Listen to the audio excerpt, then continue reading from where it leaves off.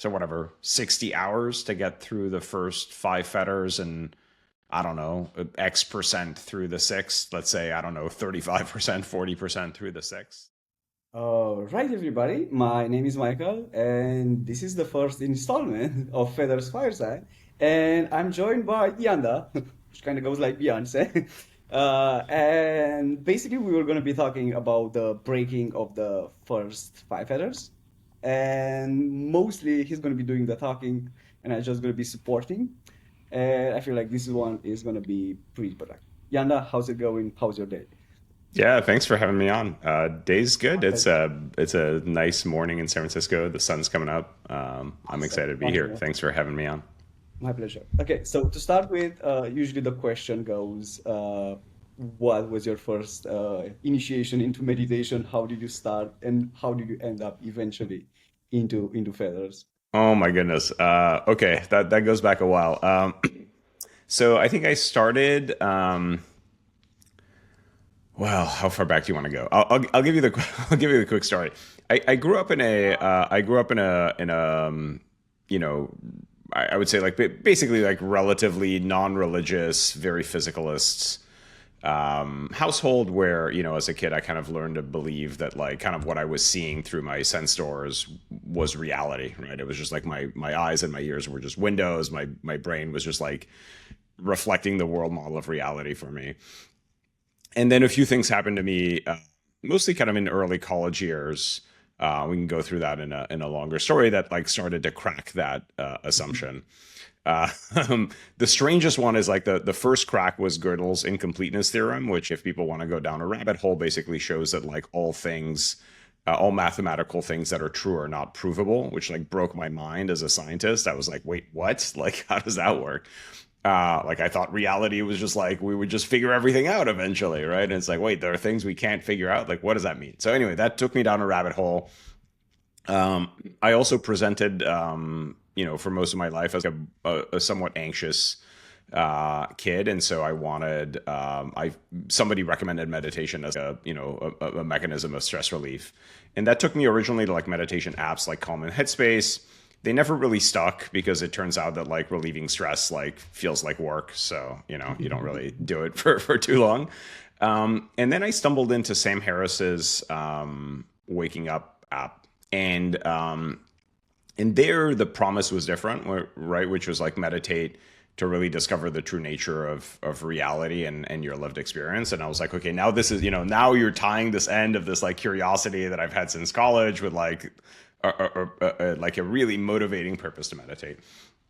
And so that took me down a rabbit hole. I started with that, and then I learned that Sam had studied with Tolkien in the Dzogchen tradition. I was like, great, I'm gonna go study under Tolkien. I was like, oh, bummer, he'd already died. So I was like, oh, I wonder if there's anybody who's holding his lineage. Oh, it turns out he has four sons. Let me sign up with one of his sons. Oh, great. Multi-year waiting lists to sit with them. And eventually kind of like stumbled into being able to sit with Mingyur Rinpoche. I ran into him at a conference once and just like unashamedly just asked him if I could sit with him. So went down kind of the non-dual Dzogchen path for a while. That got me into jhanas, and then at a jhana retreat, I was chatting with a good friend. I can mention his name. Okay, I was chatting with Owen, who was there, kind of helping facilitate the jhana retreat, and he's like, "These jhanas are great, but like if you really want to accelerate your progress, you should be doing some inquiry practices." I was like, "Whoa, what are those?" And he pointed me to you, and the rest is history. So. Amazing. Again, the Jana place was basically Journey. We're very friendly to Journey, them. exactly, yeah, and journey's fascinating. I mean, all of these practices have like their benefits, so we can talk about that later if you want. And I mean, Yeah. certainly, this whole path is like a series of synchronous coincidences or whatever. Yeah. But yeah, I think there are many benefits from doing the journey retreat. One of the benefits was getting to know you through Owen. So. What can't think is that? Okay, perfect, perfect. I do remember that when we first started working, I think the first three fairs took like two sessions. We have the discussion like it usually takes like one session, but I think we had some interesting bind with the illusion of intending Yeah, And agency. Yeah, exactly. yeah, so Yeah, I'm curious if yeah. you can talk about that, especially so like how you came to more streamline both the understanding with while keeping your agency basically. Yeah, yeah, totally. I mean, I think a lot of this comes back to kind of conditioning as a kid. So I was a good kid. I was like I'm the firstborn. I did well in school. I was polite. I sat at the dinner table with my parents, like all this other stuff, right? And so I would get, I think, my parents were happy with me, right? I was a good kid. So I got a lot of got a lot of compliments for doing things well as a kid. And I think this is not how my parents intended it, but I think what I heard is basically like, okay, my worth is kind of tied to my like positive actions in the world or whatever. It's like, oh, I do well on this score, or I do well on this like sports competition, or I'm like, sitting at a table with a bunch of adults or whatever. And so as a result, I think I have like, my ego was like strongly welded to this sense of doing things, right? And so as we went into the first Fetter, and we could describe that if you want, but Yeah. it was like fairly easy to see that like there's no seer, only the seen. It was like fairly easy to see that there's no hearer, only the sound, because none of those things have to do with doing. But then when we got to kind of like the intender, right, like the thing that decides to do something in the world, I was just like, oh, but wait, like my whole identity is wrapped up in this thing. Like I was like, it was like kind of, it was hiding behind the door. So it took a couple of attempts of like really capturing it. And what I would tell you, I think this stuff, I was thinking about this a little bit this morning. I think this stuff comes back to it's tied a bit to sensory clarity, right? It's like it's fairly easy to see, like sight and sounds are like, you know, I mean, yeah, if you're not drunk or whatever, like you can kind of see that they're happening. Right? They're pretty easy, right? Thoughts are a little harder, right? Which is why people get caught up in thoughts pretty easily. But I feel like I've done enough kind of Vipassana style meditation, et cetera. You can kind of see thoughts arising. But intentions are these kind of like, they're kind of subtle thoughts. And if you don't see the intention arising, you kind of get caught up in it. You think you produced it or something like this. And so it took like extra special care to just be like, okay, I'm gonna be like really quiet inside my mind and watch these intentions arise and realize that they just like popped out of nowhere. And yeah, it took an extra session. So Yeah. Like what the high achiever, oh no. yeah. Yeah, I'm curious how you describe seeing through the first three feathers, and I'm mostly interested about like the shift, how you see it, how you see the before and after, maybe from the standpoint of like phenomenology, that kind of a thing. Yeah, I mean, I think so. I think there's kind of like some basic lived experience changes. Like one, it feels like my vision expanded a little bit, which is kind of interesting. Like I think broadly expanded in this direction, and like a little bit expanded in this direction, not as much. So that's kind of interesting. You can feel that shift happening where it's like I think I haven't gone. I have a my wife and I have the same eye doctor, and she went for an appointment yesterday, and I was like, ooh, made me think like I want to go to the eye doctor to do that like peripheral vision test and see if like it's actually improved or whatever. But I have this like at least lived experience feeling that like I can see things like a little bit further out on the periphery. I think the other thing, and this is like really fascinating as it relates to the intender, is that like this doesn't happen all the time, but if I like focus on sensory clarity while I'm doing manual tasks like laundry or something like this, Yeah. I can get into this feeling that like I feel like the laundry is doing itself, which Mhm. it just honestly feels truly magical. Like if you can turn an errand into like a magical experience or whatever, like a chore, it's pretty awesome. And like whenever, it's often I'm typing on the keyboard and I still think like, oh, I'm typing on the keyboard. But if I like actually watch, I'm like, oh, hands are typing on the keyboard by themselves. I'm like, this work is way less effortful than necessary, which I think is really cool. And then and then the other thing that relates nicely with this, and then ties into the fourth and the fifth fetters, is that it does feel that like emotions are less personal, right? So like frustration or anger or whatever will happen, but it doesn't stick around as long because it doesn't feel like it's like my anger. It just feels like it's like anger is happening, and anger is happening is like kind of a lot less scary and a lot more interesting than like I am angry or something like this. So the result is like emotions arise, but they I don't know, they just like they like jab you a less hard. Yeah, yeah, definitely. For some people, breaking the first three feathers might have an effect of also weakening reactivity, because like they Yeah. might have higher meditation experiences. Like, oh wait, this is not mine, so I can more or less drop one rung lower. So it's like, oh, actually, just it can sort of like go away.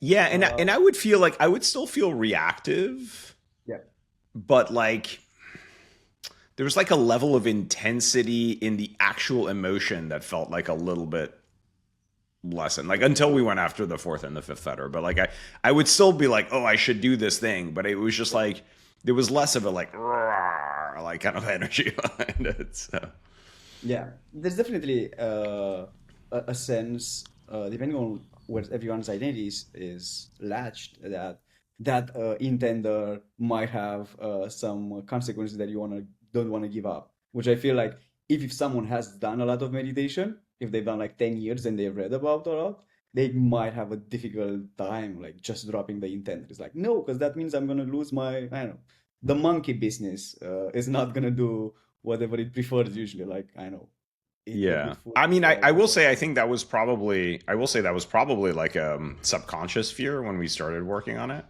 Yeah, Um, I just kind of trusted the process. I think the reality is like I think if somebody looked at me from the outside, I don't think yeah, they would notice anything has changed. I think from the inside, it feels like things are happening a little bit more yeah, magically than like intentionally. But from the outside, it just like feels yeah. it like present the same. I mean, maybe slightly kinder, but like I present mostly the same. You know? So, Yeah, this is sort of like tied with the conversation around ambition, but this is sort of a bit later of a question. Yeah. yeah, Have you? I have less ambition, but I look like I have the same amount of ambition. I present the same. You know? It's Well, like like the results are better. Yeah. How difficult you mentioned like having the sort of like the fear of the process, like how difficult do you actually find the process, both of like the first three feathers and later, which we're gonna get into like the feathers 4 and 5. But how difficult was, oh, stream entry? It's hard because it's hard to see that there's no little person behind the eyes driving this uh, mecha. yeah, I not I mean I think it I honestly spent I think a fair amount of time thinking I hadn't done it yet, like that it should be harder than it actually was, right? It was like I think I was getting in my own way. Where and you know we had conversations where I was like, are you sure? Are you sure that I've broken the first three fetters? I was like, it can't be this easy, you know.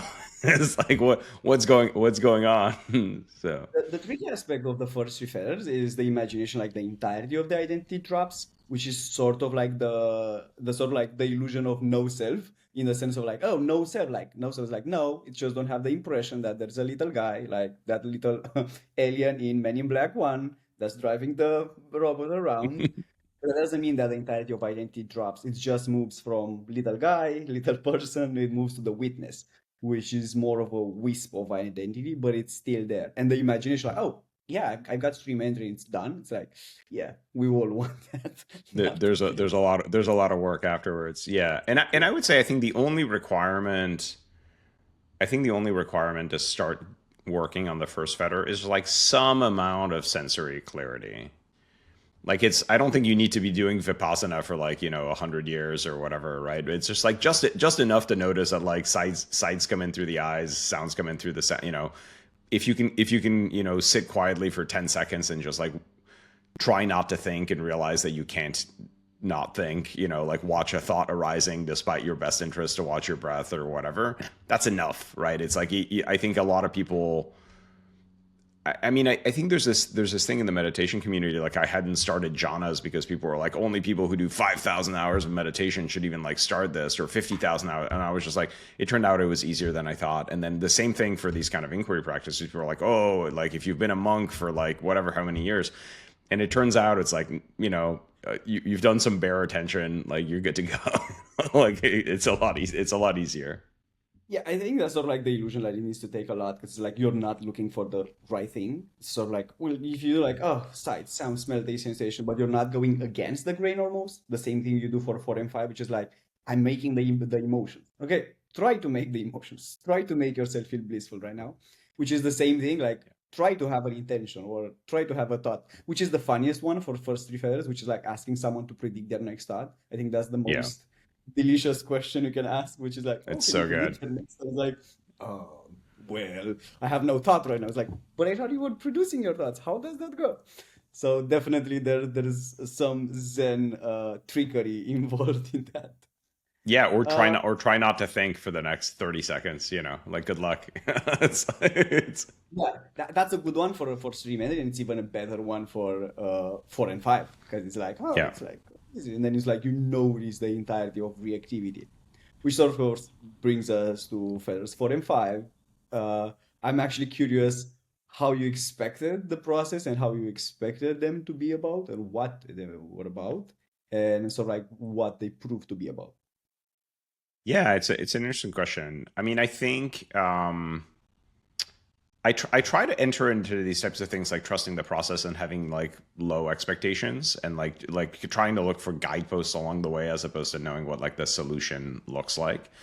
I think there was some expectation that like life would um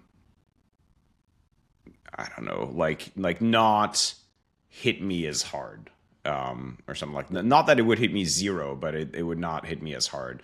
And I was describing this to my wife a couple of days ago, and I was like, I think now retroactively, I have this like good feeling of what it feels like.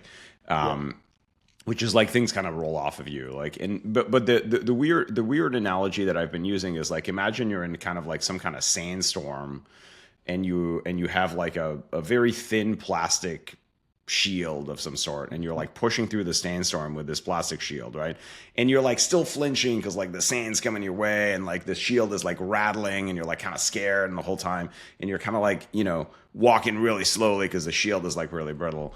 And then you just drop the shield and it's like the sand still kind of hits your face, but it's like it's kind of over way faster than you thought it would be. Like it hurts less, it stings a little bit, but like it's fine, right? That's what it feels like. It's not like suddenly those are sprinkles or something. Like the world can still be uncomfortable, but it's just like done as fast as it happens. And there's this feeling of like all that resistance that you were putting into it was actually creating like more pain for you than just like going at it without the shield, which is pretty cool. So Yeah, it's funny how the illusion itself kind of tries to sell the benefit of like, oh, I'm gonna take the pain away, and so like making it worse. yeah, And so like if when you sit down and you observe it, it's like, well, you already got the pain. Like you broke the vase, you broke the phone, you broke the yeah, laptop, you got the pain. Like the deed was done. You already have the pain, you have the loss. that's right. Why are you piling up the suffering as well? Which feels kind of nice. I Yeah, don't know that. it's so weird too. Like I wonder where we get. I think about this as like we fingers crossed have a kid on the way. So I think about like early parenting now about like how how do these models get like built up in early childhood, right? It was like, oh, you scraped your knee. It's like, oh, let me tell you this little story. And it was like, let me distract you from this like momentary discomfort with this other, and we condition ourselves to be like, oh, this little thing is uncomfortable. Like, let me push away from that slight discomfort into this like much more this expansive story complex that feels like a distraction, but actually ends up being like much more annoying and uncomfortable than that original pain. So I might be that like really annoying dad that when like my kid scrapes his knee is like, oh, what is that? What does scrape feel like? It's What is like the sensation? Is it like a stab? Is it like a knock? exactly. Not. Yeah, other parents are like, the hell is this? But like, Amazing. I know you had like intermediary insights. I do remember one conversation where you sort of like it dawned on you, it's like, oh, those beliefs, those stories, those opinions, they're just like thoughts. And I think that was like a bunch of weeks ago. How was yeah, that? yeah. I mean, it's really interesting. I mean, I think one of the kind of things that helped me break through. I think I've had like a couple insights on the path of breaking Fetters 4 and 5. I think the first insight was that, and I have, maybe I'll start with a caveat first. Like I have aphantasia, so I don't see like closed eye visual imagery. but I see it kind of like the concept of visual imagery. So I'll leave your audience perplexed by that. You can read up on it. It's kind of weird, but like the first insight was that basically like the physical sensations, they're kind of like they're in the world. Like you feel them in your body complex right now. But all these thoughts are essentially kind of like somebody like appears and shows you like a little iPad movie, you know, of what you're gonna do next, right? And it's like, oh, I feel like this, so I'm gonna say nasty things about them tomorrow, right? Like the nasty, the unpleasant feeling is like in your body, but like the thing about you saying the nasty thing, it's like there's a little like mini you that shows up with an iPad that's like, this is what you're gonna do tomorrow, right? And I had this realization. I was like, well, how is it possible that like the sensations in my body right now affect what's happening in the video and the iPad? Like that doesn't make any sense, you know? It's like, or vice versa, right? Like how would the video and the iPad like reflect, it's like, and so that was kind of an initial insight that like the content of thoughts almost happens like inside of a movie screen that happens inside your mind. Like when has your lived experience affected what happens on the movie screen? So that was kind of like a significant unlock. And then I think the other thing with Fetters 4 and 5 is that there's this feeling that you can kind of like punch through time,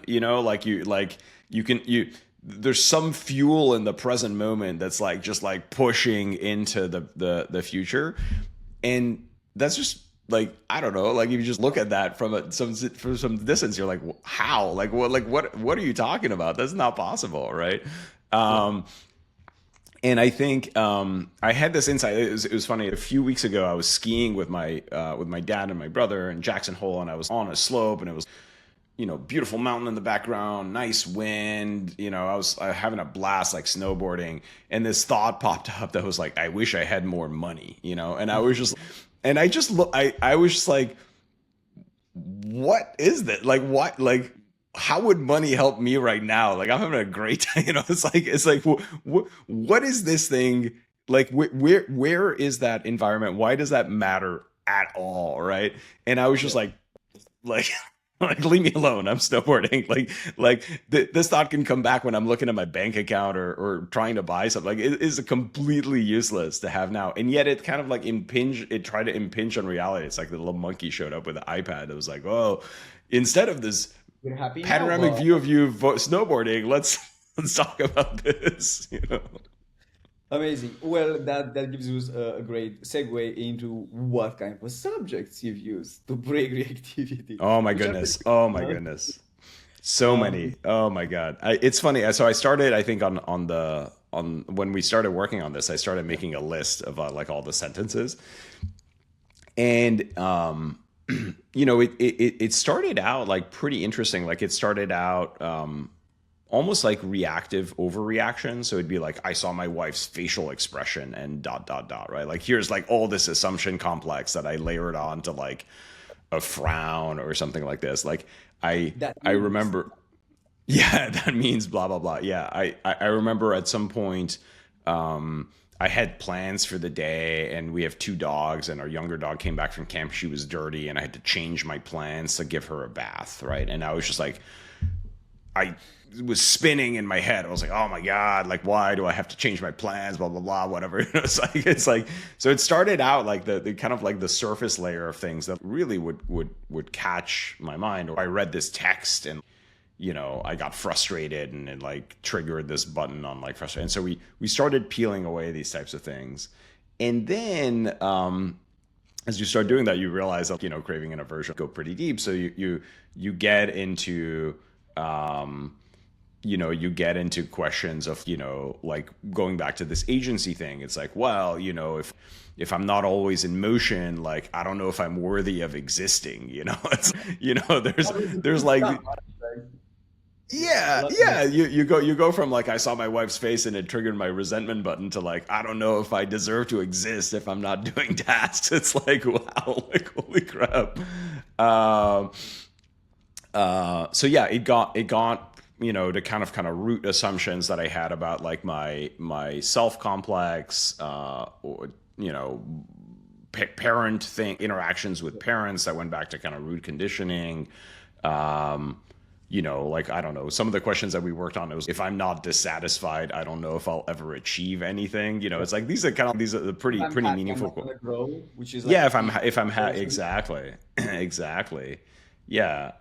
So down to kind of like pretty rude questions. I'm just looking at the list over here. Yeah. Um, and the interesting thing with this practice, maybe we should talk about it, is like Yeah. it feels uncomfortable, right? Because you're calling up this feeling. There's a physical sensation of body discomfort that like you're not gonna go get away from. Like that, the whole premise of reactivity is kind of like realizing that that discomfort doesn't do anything else, right? But the funny thing is, like, as you start to weaken reactivity, fewer and fewer statements like bring up that discomfort, and so as a result, it's harder and harder to continue to break reactivity. So you have to find like Yeah. sentences that like continue to make uncomfortable. So like the sentences like, "Oh, I looked at my wife's face. My wife had a slight frown," sensation reactivity complex. Like halfway through working with you, like Mercy would have a frown. I was like, I don't know, like stuff's happening in her world, like it's no body reactions, no, can't work on it. So I would like have to dig at sense. It was like, what's still pissing me off here? And you get to like some pretty deep stuff that like I think had I started with would have probably overwhelmed me. Like it would have been like instant reactivity. But like as you start to break it, you could be like, oh, I can actually sit with the discomfort of like, I've conditioned myself to have my self-worth tied to my actions. Ooh, what does that feel like? What are the thoughts? How do I sit in the gap? It's, yeah, pretty fun. Yeah. What you mentioned, this is especially this last point. When I've tried initially to guide someone, that was hard. Like you mentioned, like if you just start high, it would be hard and you would be Yeah. very, very close to quitting very soon. Yeah. And just the build up, like you mentioned, we usually start with the whole, oh, it's like, what annoys you? Like that email from work or that person cut me off in traffic. And you sort of like build slowly towards like, oh, if I don't have this, I'm gonna be so devastated. Like, I need to be Yeah. this, a billionaire, or this, or that, or whatever. Everyone's a CEO, like this, like that. All these things that sure can be still so like it's not an attachment to have such a desire. Like not getting it is not going to be a problem. And in the same manner, or rather at the extreme pole, is the aversion, which we've sort of like discussed at one point how we have aversion, which is like hooked into problem solving, and aversion, which is aversion being the point of, I don't like how this feels like. I don't have it, but it feels crappy. And then it's like, well, no, I need to solve this. So it's like, what do these things have to do with each other? Like one part is just feeling that is shitty. It is what it is. And the other is just doing something about it. But they're not intertwined like this. Yeah. This finger trap, basically. Yeah, and I mean, I think this goes back to conditioning as well, right? I think somehow in childhood, and I'm trying to think about like when this happens, Yeah. we're kind of taught that dissatisfaction is fuel for change, and Yeah. I think this is actually like it's funny, like after we started working on this stuff, I started polling my friends, right? Because I was just like, okay, am I the only person who thought that like dissatisfaction is fuel for change? I was like, no, it's kind of like an Yeah. universally held belief, at least among my friends. I mean, it's like, granted, selection bias. I'm like hanging out with people who are trying to be high achievers or whatever. But almost everyone was like, oh, but if I'm not dissatisfied, like how will I accomplish anything? And this was like on my list of stuff, right? Like, it was like a strongly held belief. And then you realize that it's like, that's not true at all, right? Like you could totally do something without feeling dissatisfied. The peak meditator fear, I feel that, especially in our part of Twitter and on sort of like the Dharma community, is if you're both a high achiever and you're meditating, the number one fear is, what if I'm gonna lose my ambition? Yeah. What if I'm Yeah. gonna lose all my drive? And it's a bit of a fear that's coming out from a lack of imagination as well. It's like, does it make sense that lack can be the only driving force? Like, can you not be driven by joy, by expansion, curiosity? So I'm actually curious to what extent you felt like your ambition was stunted by this meditation attempt. Yeah. No, I mean, I would say, like from the external perspective, not at all.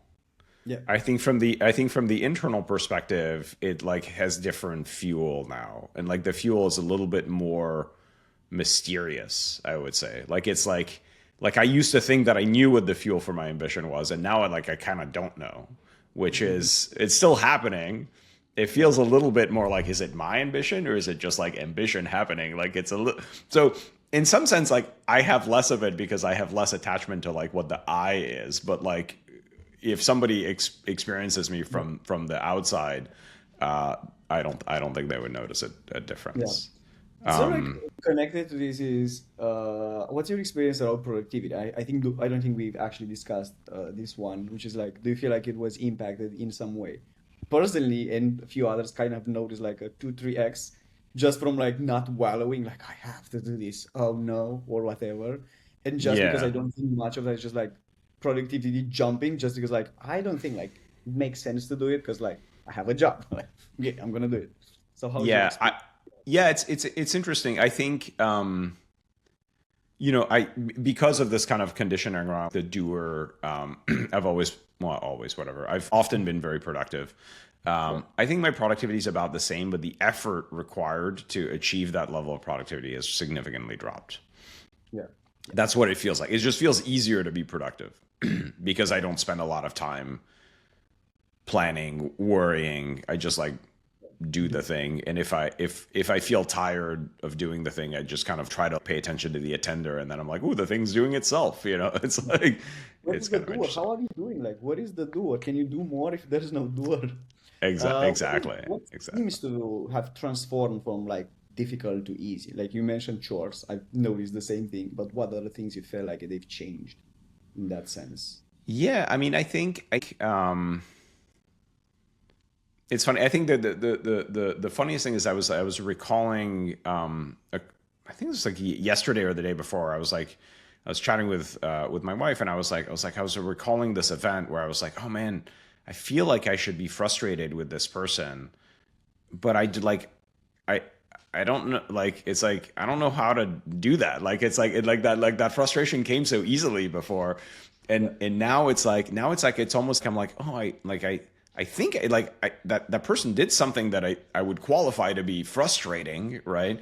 And I'm gonna react, I'm gonna do this thing in response or whatever. But like I feel I should feel the feeling of like in being like wrapped up in the feeling of frustration, and I just have a hard time like calling it up, right? Like I don't really remember what that feeling feels like or how to like kindle it or something like this, which is pretty, it's pretty neat. Like it kind of feels like you're wearing like a Teflon suit or something, like, people are throwing stuff at you and it's just sliding right off, so This is connected to something I wrote yesterday on Twitter, but kind of kept it ambiguous, which is like advanced meditators are unreliable narrators. But I just didn't say what I mean, and yeah. people are like kind of got what I was hinting at, which is this thing, which is like try to tell you like, oh, it's so like it's hard, but it's also like once you get it, once it clicks, it's like you kind of forget very easily. Like you accommodate to the new quite easily, I would say. Yeah, life without aversion, attachment.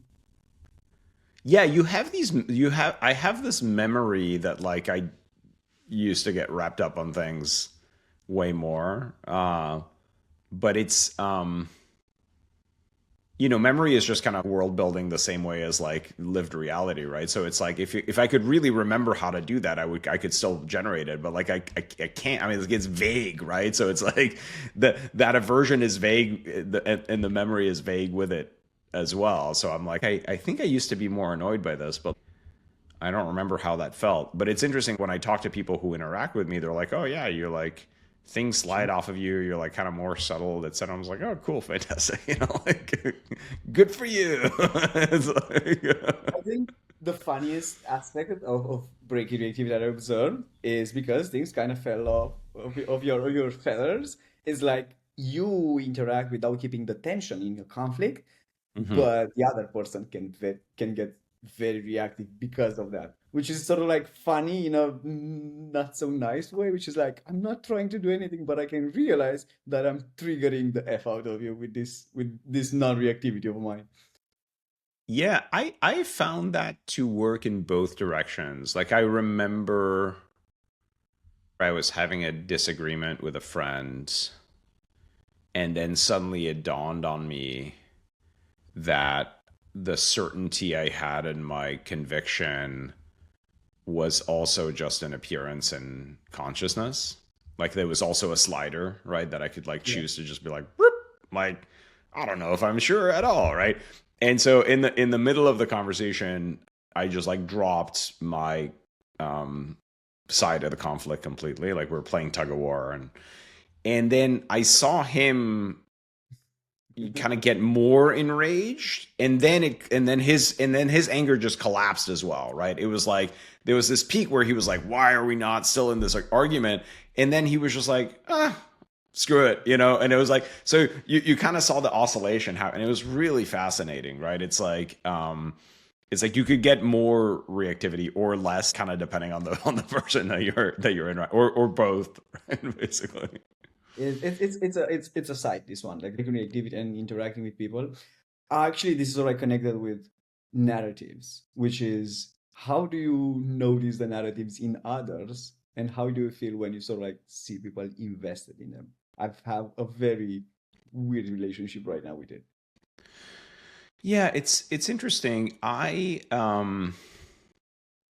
think one of the things that has really helped me, probably even since the first Fetter, is to try to I make a lot fewer assertions about what is happening in other people's lived experiences. Yeah. And I think I used to do that a lot. It's like you're kind of taught this like theory of mind where you're like, oh, what is the intention behind this person's actions or whatever. And now I'm just kind of like, I have no clue, it's just like, and so I don't assume like, I've really stopped assuming narratives on other people's behalfs, like almost completely. And that, I think that helps a lot reduce a lot of these, because it's like, especially kind of aversion against other people, like assumes in it ill intent, right? It's like, oh, this person didn't cut me off in traffic just randomly. They had a reason, to cut me off in traffic, right? And the minute you're like, oh, this person cut me off in traffic, I have no idea what the reason was, it's harder to get angry, right? It's like the reason could be really just maybe they're taking their kid to the hospital or something like this, right? Or they could be an asshole, but flip a coin. So like, I don't know, I'm gonna just like, I don't know, right? And so I think as part of the Fetter dropping, there's been a lot less intent assumption Yeah. on other people's behalf, like internal narrative intent assumption on people's behalf. Yeah, this one is about narratives. I found really interesting when it comes later to cleaning up, which kind of has two layers, which is the difference that you've seen or you observed in your own experience around cleaning up and inquiry or looking. In the sense of people have the expectation that, oh, I'm gonna break reactivity, I'm pristine, I'm gonna be this always skillful, always great acting. I'm sure that I'm gonna make the best actions. What you found based on experience around this both? Yeah, totally not true. Unfortunately, totally not true. I think what basically reactivity shows you is that you're not forced to take bad actions. You just constantly choose to take bad actions, which is really humbling, right? It's like, oh, I'm not wired this way to do this stupid thing. I just choose to do this stupid thing all the time. And it's like it's a pretty humbling task. And then you can like kind of choose to do different things, but you're presented with the fact that like that was like a voluntary move, like to send that stupid email or say that stupid thing or whatever. It's like there was nothing like requiring you to do that. You made that choice in the moment. Yep. And then I do think that like I don't know if this is true, but I find that as I've broken fetters, sensory clarity has naturally improved as well, particularly around kind of thoughts appearing, and the content, kind of like watching thoughts with a little bit more distance. And I'll speak personally. I've been catching myself thinking darker thoughts about myself, like some kind of like whatever harsh self-critic thoughts, or I catch those harsh self-critic thoughts appearing now in consciousness in a way that I think I used to get captured by those thoughts and behave. Now I don't get captured by those thoughts. I just watch them appearing. But like, there's part of me that's like, the hell is this? This is gross. I think this about me. Like it's really interesting. So it just makes you like aware of like, there's a lot of like conditioning muck or whatever that like gets to bubble up when you've like removed some of the shields or whatnot. So. Yeah. Basically, I know that we work with like I think just three of the approaches into reactive was the because this then that, which was shout out to Owen because he kind of came up with this one, which is like, oh, because I've received this email, I feel outraged, I feel frustrated. Yeah, The second was the one where this happened, it triggered some button, some trigger. I found the that's right. reason existing, which is more of a sitting in the gap way. And then the Yep. third one, which is I don't have X, where X can be I don't have Yeah. $1 billion, I don't have whatever thing I feel like unavoidably I will be very unhappy to keep not having. Which one do you feel like has been the most helpful, or do you feel like it's been more of a transition where you start with one of them, it's oh yeah, at this point it's not clicking that much. Yeah, I think it was more a progression. So I think the button helped a lot for the I don't know, now the more surface level reactivities, right? Like I saw the frown on my wife's face and it dot dot dot, or my dog came in dirty and it dot dot, it triggered this button or whatnot. Like, and I look, in the early times that we were working on, like in the structure of most of these things were the same. I remember one. I was on a flight. We had just landed. There was a gentleman like decided to turn the whole plane into his conference room. He was like on a loud conference call. We were still on the tarmac for like half an hour, and I was just like, I heard the man's voice and like triggered my anger button. Yeah. And I worked on that one for a while. I was like, why am I so angry? But anyway, it was pretty fascinating. And then kind of halfway through, it switched into this kind of because I read this email, I felt angry, or because this thing isn't done, now I have to do it. That came up a bunch of like around the Yeah. doer. Um, I had one where like this thing happened in my life that was like pretty exciting. And I was like, I remember the sentence in particular I worked on. I was like, because I don't feel like I've earned this happiness, I feel guilty, which is like, Yeah. that's dark, and now that I think about it, but productive. And then towards the tail end, when we got into um the Mhm. really kind of like the core ones, it became more like, I don't have this, so what? And just kind of like really kind of flashing that want or that lack in front of me, and then witnessing that like there's reactions, and then so what? Yeah. Like those that's all that's all they like is that what not having $1 billion in your bank account feels like? Okay, whatever. It's like, Yeah. yeah. Eh, This actually, I forgot to say this in the beginning, which for how bad something feels like a reactive issue. We have those two questions, which is like from a scale of 1 to 10, how bad it is. And people initially just throw these big numbers, like a 6, an 8, and you just throw the wrench in the wheel, which is like compared to breaking a leg, how bad is this? yeah, And yeah. the house of cards topples because like, oh, I guess it's like a 2 out of 10. It's like, oh, Yeah, it really is. Yeah, I mean, it's uncomfortable. The less you pay attention, the more uncomfortable it feels, and the more you pay attention, you realize it's not that uncomfortable. Like I would probably rate most feelings that create reactivity kind of the same as like having gas, or like if you've like, or if you've had like you've eaten something and it's like not quite making you nauseous, but like you don't feel great either. Like maybe you've overeaten or something, or you've eaten something that was like not quite fresh. It's like the kind of like that, but like it's definitely not it's definitely not getting breaking an arm, definitely not getting tortured or anything like this, right? It is mildly uncomfortable, and it is shocking how often we just like lean from mild discomfort with like a passion, right? It's just like, yeah. yeah. Based on sort of like what you learn across the process, because I feel like every person that are guided kind of develops their own tips and tricks. What is sort of like one thing or multiple things that I feel that have could have been useful if you knew earlier or if you knew from the beginning something that you learned? I was like, oh yeah, this tip and trick would have been nice. Maybe if it's for cleaning up, because I know that you've done EMDR lately.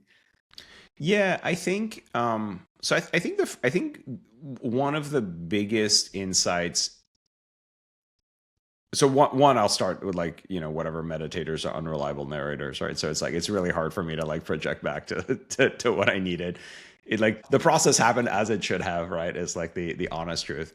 I think one of the biggest unlocks for me, when I have conversations with friends that I notice is that the project of meditation is entirely about the internal subjective experience. Yeah. Right. If I ask you like, oh, how do thoughts appear? And you're like, well, in my brain, and I'm like, no, no, no, no, no. Like not in the books, not in the concepts, not in the real world, whatever that means. Like I don't know. Like they might actually happen as like neurons firing in the brain, whatever, right?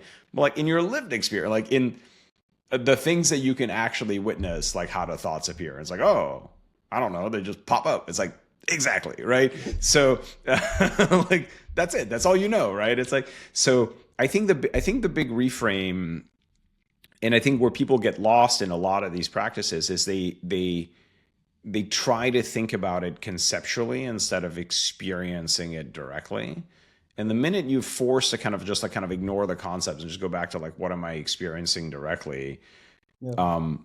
it becomes a lot easier to see this stuff, right? It's just like so there's this cloud of concepts that we've put on, and like the concepts are valuable. Like I'm an engineer and a scientist and all this. Like you could spend 90% of your day thinking about concepts. Just like in meditation, try to like put them aside for like like a little bit. So I think that's been really helpful.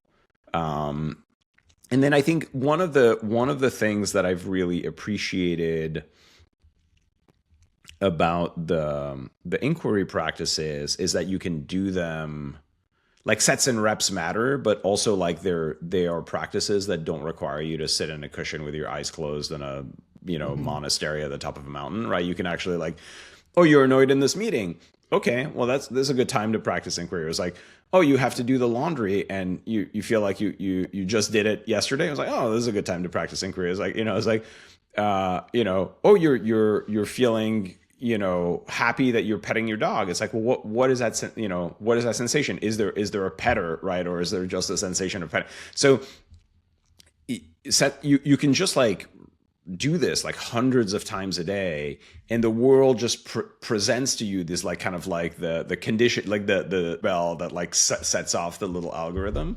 And as a result, like I felt like I've made a lot of progress with it because Yeah. I can do it a bunch, right? Instead of like I love jhanas, but it's like how many times a week can I meditate for 2 to 4 hours uninterrupted? Like I Yeah. make time for it, but like definitely not 200 times a week. Like like the, yeah. I know we already discussed a bit because like we're doing the math, but if you were to make some estimations, start to finish, which is like starting the first feather up until like the fifth feather, what would be like the practice time total? Unfortunately, I don't have my numbers, but maybe you have. I think we said we've been working on it for about 4 months, which I think is Yeah, like 120 days. yeah, I would say probably I've done probably on average about half an hour a day of stuff, and it's not a half an hour block. It's literally like 2 minutes, 2 minutes, 2 minutes.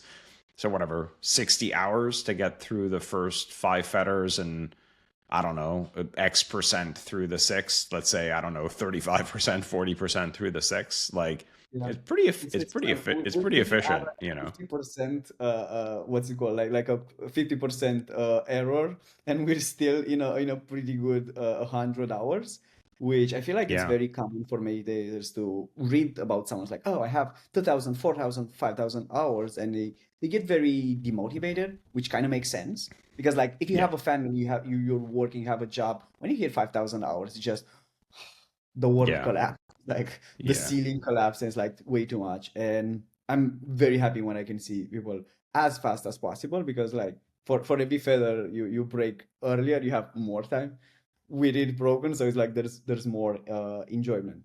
So like for Yeah, so and, like and the and the first three, which I would say like provided a fair amount of relief, took yeah 2 hours, maybe three, yeah let's say, right? Like let's say the two that we spent together, another hour in between, like doing some investigation in between the two sessions.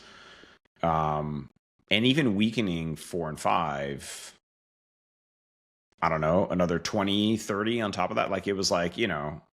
it was not a lot, like yeah, it came pretty fast. And the nice thing is like it's not chunked up. Like I think, to get like significant insights from meditation, you got to sit for like let's say minimum 30 minutes, right? Um, Yeah. to do this, you can do this for like 2 minutes, in 2 minute intervals, right? It's like, oh, this thing is happening. Let me just kind of like experience it directly, Because and it's just do hard. that over and over. And there's a version, that's sort of like the overarching theme of a version that it's everywhere until it drops.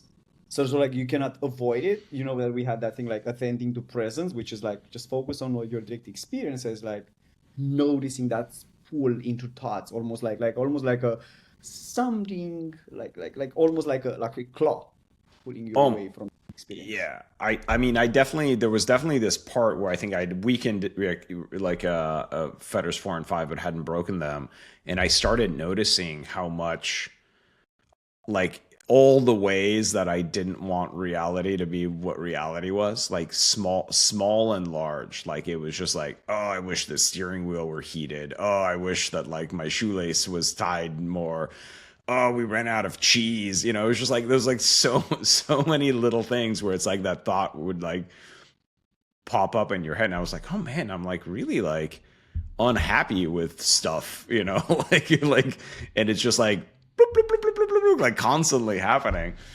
Yeah. And yeah, it's like that voice feels a lot more like now when that thought comes up, I'm like, where are you coming from? It's like they still occur, but it's like they don't feel like mine anymore. They're just like, oh, that's a weird cheese thought, like, oh, what is this cheese thought doing here? So Yeah, because you mentioned a bit of non-duality. Okay, on the end of this conversation, if you have some impressions about working on it, or maybe even what you expected hearing, because again, Sam Harris does speak a lot about non-duality, and he has meditations on non-duality. To what extent you yeah. felt like it's similar, this inquiry on non-duality right now, which is like to the illusion, to that vague screen, because it makes immediate sense when I say what the screen is for someone that has gone through stream entry and they're in witness mode, let's call it. Yeah. How do you feel it's different from what you expected non-duality to be? Yeah, I think it makes a lot more sense experientially. Like I definitely remember, I definitely remember like in those early Sam Harris meditations, who was like, "Oh, project your consciousness to the corner of the room and look back." And I was like, "How? Like how? Like a ghost? Like what are you talking about?" I was like, "I don't understand what that means," or just like look for the looker. And I was like, What is he talking about? Like it's like what looker? Where? And now I'm like, oh, I like it suddenly it clicked in this way that makes like a ton of sense. And I think that my hunch is that, and I don't know this for sure, but my hunch is that kind of like Sam's project is to go like have you break the first 8 fetters in like one swoop or something like that, right? It's like go from like, regular program human being to like just like, no like full non-dual, no I am present, it's like, and it feels really hard, right? It's like I think I beat my head against that project for a while, and I think this kind of Fetters approach is like a little bit more gradual. It's like, oh, let's peel this thing away, let's peel this thing away. It's like oh, it feels like you could feel like you're making progress, and so you're encouraged to kind of get on the path a bit more. But yeah, I mean, like I've had like kind of non-dual, like full non-dual glimpses before that feel like really freeing and magical and etc. But I think the thing that's always been a little bit annoying with that project is it feels like that's something I can have on the cushion, but not in real life. And then Yeah. now I feel like I can have, I don't know, whatever, 80% of that experience Yeah. walking around in a regular day. And like maybe not at all times, but if I just pay the barest attention, it's very easily accessible and relatively stable. Like I can go through a whole batch of laundry feeling like my hands are just moving by themselves. Yeah. And I mean that feels really cool. Like it's just like it's really magical and like wondrous, and yeah, it's a really, it's like an experience in the world of this as opposed to an experience in the cushion of this, which was Yeah. pretty awesome. So. Amazing. Amazing. That's how I would describe it. And of course, in closing, do you feel like there is something that you could share with others that are trying even on their own? Because I feel like there are a lot even going at their own pace. So like a parting thought, a parting tip, trick. Yeah, I mean, I think what I would tell you is I think this is you can definitely self do this, right? I think you can read like Christian's book, you can, which is I think is called like How to See Through the Self Illusion. You can Yeah. there's materials, on Tangible the data. web, and yeah, simply the scene, like Kevin's stuff. It's like you can read this stuff and try to. But I will say,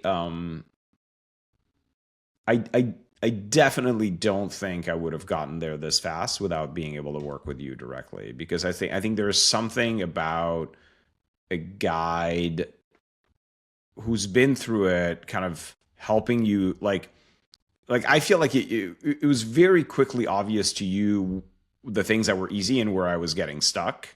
Yeah. And so, we didn't spend that much time on the seer. We spent a bunch of time on the agency stuff. If I was just self-guiding, the same illusion that would have trapped me in the intender probably would have trapped me from seeing that the intender was a thing that I needed to work on. And Yeah. so, like, having someone kind of nudge you in the areas that really matters, like, I think accelerates your progress. So, like, I think, can you do it by yourself? I think the answer is yes, but I'm very grateful that, like, you exist, and you're spending a lot of your time helping people guide along this path. I think that's a huge unlock. So. Yeah. One also like one thing I'm curious is what do you feel like is been the biggest blocker? Like on 4 and 5. I feel like the one, especially for me, it was like the fear of feeling that it's like if I'm gonna feel this pain, it's gonna be endless. I feel like it's very common. Do you feel like you've had that? Hmm. Biggest blocker on 4 and 5. I mean, I do think. I mean, I think the biggest blocker for getting started is that when you start, it's like you're kind of signing up to be uncomfortable for like a decent amount of time, and we're just really conditioned against being uncomfortable. I think that's the first thing.